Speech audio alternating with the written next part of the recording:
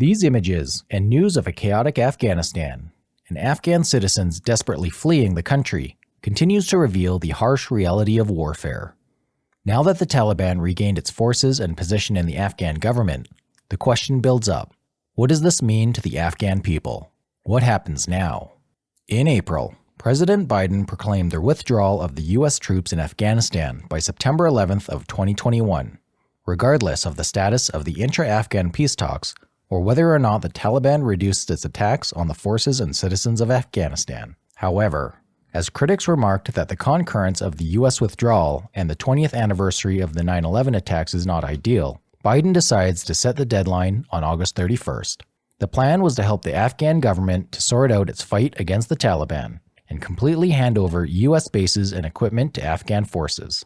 To add to that, some Afghanistan citizens who have directly served the U.S. forces were promised a special immigrant visa to resettle in the United States. However, with the abrupt takeover of the Taliban of the Afghanistan government, thousands of Afghans and foreigners panicked and attempted to flee as soon as possible. Now, to have a better understanding of Afghanistan's current state, we have to go way back into the 1970s. The Saur Revolution of 1978 was a significant moment in Afghanistan's history. At this juncture, the then-President Mohammad Daoud Khan, who overthrew the monarchy of King Zahir Shah during the 1973 coup d'etat and began the First Republic of Afghanistan, was killed by pro-communist rebels, which then sparked a Soviet-allied Democratic Republic of Afghanistan. With the eventual occupation of the Soviets, they affirmed their assistance to the country's stabilization by stripping off rebels from its land. However, the fall of the Soviet Empire in 1991 contributed to its failure to successfully invade Afghanistan. The withdrawal of the Soviets from Afghanistan began war and chaos. Just wanted to take the chance to ask that if you find value to this video so far, it will really help the channel out if you can click that like and subscribe button. Going back to the video. In 1994, years after the Soviet Union left Afghanistan and failing to impose a communist government into the country, the Taliban arises in the Afghan city of Kandahar. Unsatisfied by the lack of Islamic pretense in the country after overturning the communist invaders, Mullah Muhammad Omar founded the Taliban along with 50 other people. Promising to restore peace, security, and executing a leadership that is led by their own version of Islamic law, the group rapidly gained a following.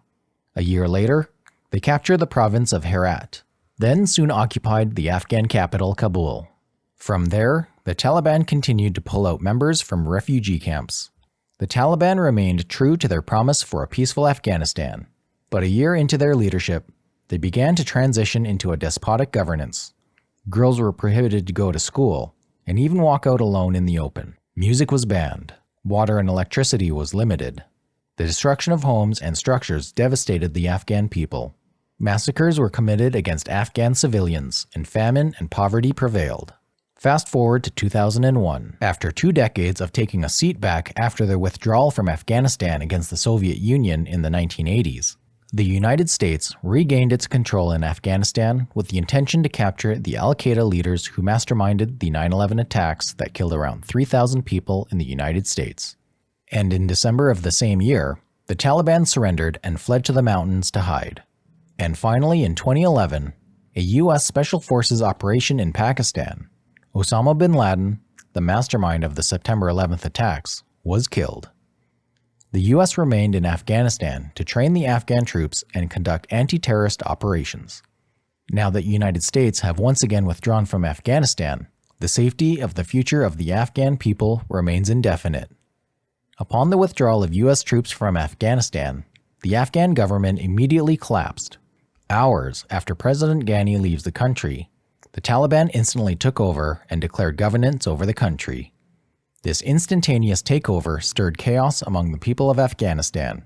Fearing that the history of a Taliban-led Afghan might repeat itself, civilians seek safety.